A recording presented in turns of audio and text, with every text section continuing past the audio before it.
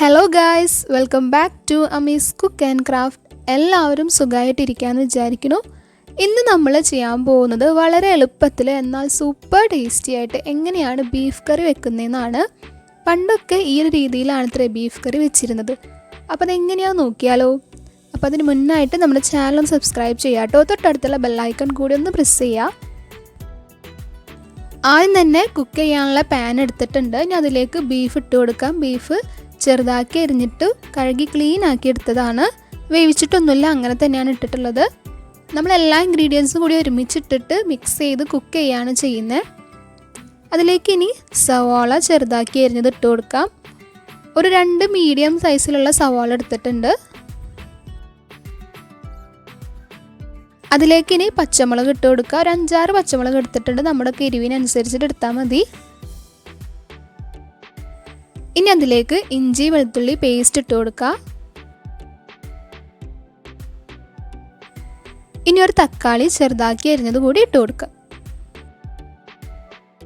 അതിലേക്ക് ഇനി പൊടികൾ ഇട്ട് കൊടുക്കാം. 1.5 ടീസ്പൂൺ മുളക് പൊടി വേണം.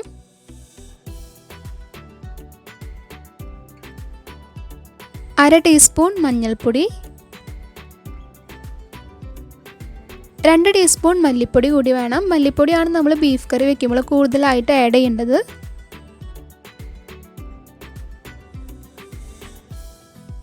അതിലേക്ക് ഇനി കുറച്ച് കറിവേപ്പില കൂടി ഇട്ട് കൊടുക്കാം. ആവശ്യത്തിനുള്ള ഉപ്പ് കൂടി ഇട്ട് കൊടുക്കുന്നുണ്ട്.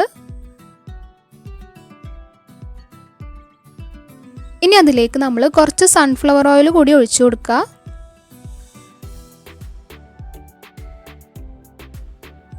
ഇനി ഇതെല്ലാം കൂടിയിട്ട് നന്നായിട്ടൊന്ന് മിക്സ് ചെയ്തെടുക്കണം. നമ്മൾ കൈ വെച്ചിട്ട് തന്നെ ഇതേപോലെ ചെയ്ത് കൊടുത്താൽ മതി. കുറച്ച് ടൈം എടുത്തിട്ട് തന്നെ മിക്സ് ചെയ്ത് കൊടുക്കുക. നമ്മുടെ മസാല എല്ലാതും ബീഫിൽ നന്നായിട്ട് പിടിക്കണം. വേറെ മസാലകളൊന്നും നമ്മൾ ആഡ് ചെയ്യുന്നില്ല. ഇതിങ്ങനെ തന്നെയാണ് കുക്ക് ചെയ്തെടുക്കുക. അതുകൊണ്ട് തന്നെ നന്നായിട്ട് മിക്സ് ചെയ്ത് കൊടുക്കുക.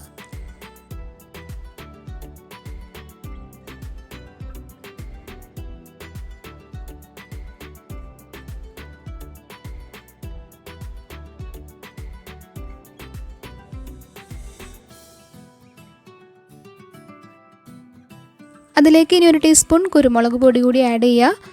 കുരുമുളക് പൊടി നമുക്ക് നേരത്തെ ആഡ് ചെയ്യായിരുന്നു കേട്ടോ. വിട്ടുപോയതുകൊണ്ടാണ് നമ്മൾ ലാസ്റ്റ് ആഡ് ചെയ്യുന്നത്. എന്നിട്ട് ഒന്നുകൂടെ ഒന്ന് മിക്സ് ചെയ്ത് കൊടുക്കുക.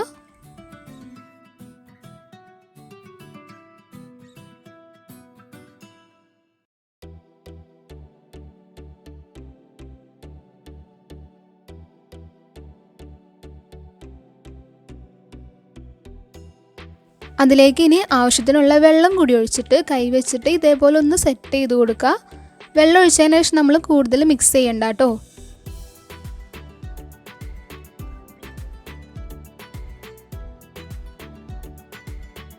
അപ്പോൾ ഇത്രയേ ഉള്ളൂ. ഇനി നമ്മളിത് മൂടി വെച്ചിട്ട് ഒരു 1/2 മണിക്കൂറെങ്കിലും റെസ്റ്റ് ചെയ്യാനായിട്ട് വെക്കണം. അതിനുശേഷം നമ്മൾ കുക്ക് ചെയ്താൽ മതി. നമുക്ക് ഈ സെയിം സംഭവം മൺകലത്തിൽ ചെയ്താൽ കുറച്ചുകൂടെ ടേസ്റ്റ് ഉണ്ടാവും. അതുപോലെ തന്നെ പെട്ടെന്ന് ചെയ്ത് കിട്ടണമെങ്കിൽ കുക്കറിൽ ചെയ്താൽ മതി. അപ്പോൾ ചെറിയൊരു ടേസ്റ്റ് വ്യത്യാസം ഉണ്ടാവും, എന്നാലും പെട്ടെന്ന് ചെയ്ത് കിട്ടും. അപ്പോൾ 1/2 മണിക്കൂർ കഴിഞ്ഞിട്ടുണ്ട്. ഇനിയിപ്പോൾ ഇതിങ്ങനെ തന്നെ അടുപ്പത്ത് വെച്ചിട്ട് കുക്ക് ചെയ്തെടുക്കാം. ഒരു 1/2 മണിക്കൂർ ഇതിങ്ങനെ തന്നെ അടച്ചു വെച്ചിട്ട് കുക്ക് ചെയ്തെടുക്കുക. മീഡിയം ഫ്ലെയിമിൽ വെച്ചാൽ മതി. ഇടയ്ക്കൊന്ന് തുറന്ന് നോക്കിയിട്ട് ഒന്ന് ജസ്റ്റ് മിക്സ് ചെയ്ത് കൊടുക്കണം. അടി പിടിക്കാതിരിക്കാൻ വേണ്ടിയിട്ടാണ്. കണ്ടില്ല, നന്നായിട്ട് തിളച്ച് വരുന്നുണ്ട്. നമ്മുടെ ബീഫിലത്തൊക്കെ നെയ്യ് ഇറങ്ങിയിട്ട് നല്ലപോലെ കുക്കായി വരുന്നുണ്ട്. ഒന്ന് മിക്സ് ചെയ്ത് കൊടുത്തതിന് ശേഷം കുറച്ചുകൂടെ നമ്മൾ അടച്ച് വെച്ചിട്ട് വേവിച്ചെടുക്കുക. ബീഫ് വേവാൻ കുറച്ച് ടൈം എടുക്കുമല്ലോ. അപ്പോൾ ആ ഒരു ടൈം വരെ നമ്മൾ വേവിച്ചെടുക്കുക. കുക്കറിലാണെങ്കിൽ നമുക്ക് പെട്ടെന്ന് ബീഫ് വെന്ത് കിട്ടും. പക്ഷെ ഇങ്ങനെ ചെയ്താൽ മതി, അപ്പോഴായിരിക്കും കൂടുതൽ ടേസ്റ്റ് ഉണ്ടാവുക.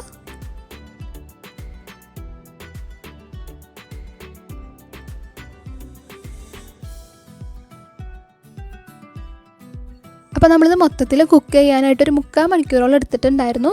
ബീഫ് കറി ഇവിടെ വറ്റിയിട്ട് നന്നായിട്ട് കുക്കായി വന്നിട്ടുണ്ട്. ഇനി നമുക്കിത് അടുപ്പത്തുനിന്ന് മാറ്റി വയ്ക്കാം. അപ്പോൾ നമ്മുടെ സൂപ്പർ ടേസ്റ്റി ആയിട്ടുള്ള ബീഫ് കറി ഇവിടെ റെഡി ആയിട്ടുണ്ട്. നമുക്ക് ചാറ് വേണ്ടാന്നുണ്ടെങ്കിൽ കുറച്ചുകൂടെ ടൈം തുറന്ന് വെച്ചിട്ട് കുക്ക് ചെയ്താൽ മതി. അപ്പോൾ ഇതൊക്കെ ഒന്ന് വറ്റിയിട്ട് നല്ല അടിപൊളിയായിട്ടുള്ള ഡ്രൈ ഗ്രേവി ആയിട്ട് കിട്ടും. അപ്പോൾ നമുക്കിതൊരു സെർവിങ് ഡിഷിലേക്ക് മാറ്റി കൊടുക്കാം. നമ്മൾ പാനിൽ വെച്ചുകൊണ്ടാണ് ബീഫ് വേവാൻ കുറച്ച് ടൈം എടുത്തത്. കുക്കറിലാണ് നമുക്ക് പെട്ടെന്ന് റെഡിയായി കിട്ടും. അപ്പോൾ അപ്പോൾ എല്ലാവരും ട്രൈ ചെയ്ത് നോക്കുക. നെയ്ച്ചോറിൻ്റെ കൂടെയും പൊറോട്ടയുടെ കൂടെ കഴിക്കാനൊക്കെ അടിപൊളി കോമ്പിനേഷനാണ്. നമ്മൾ സാധാരണ ബീഫ് കറി വയ്ക്കുന്നതിനെക്കാട്ടിയും വളരെ വളരെ എളുപ്പത്തിലുള്ള രീതിയിലാണ് ചെയ്തിട്ടുള്ളത്. അപ്പോൾ ട്രൈ ചെയ്ത് നോക്കുക.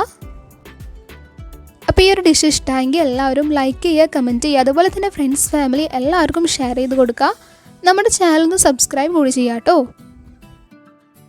അപ്പോൾ നെക്സ്റ്റ് ഒരു അടിപൊളി വീഡിയോ ആയിട്ട് കാണാം. അപ്പോൾ അതുവരെ എല്ലാവരും സേഫായിട്ട് ഹാപ്പി ആയിട്ടിരിക്കുക. എല്ലാവർക്കും നല്ലൊരു ഡേ വിഷ് ചെയ്യാണ്. See you in the next video. Till then, take care. Bye bye.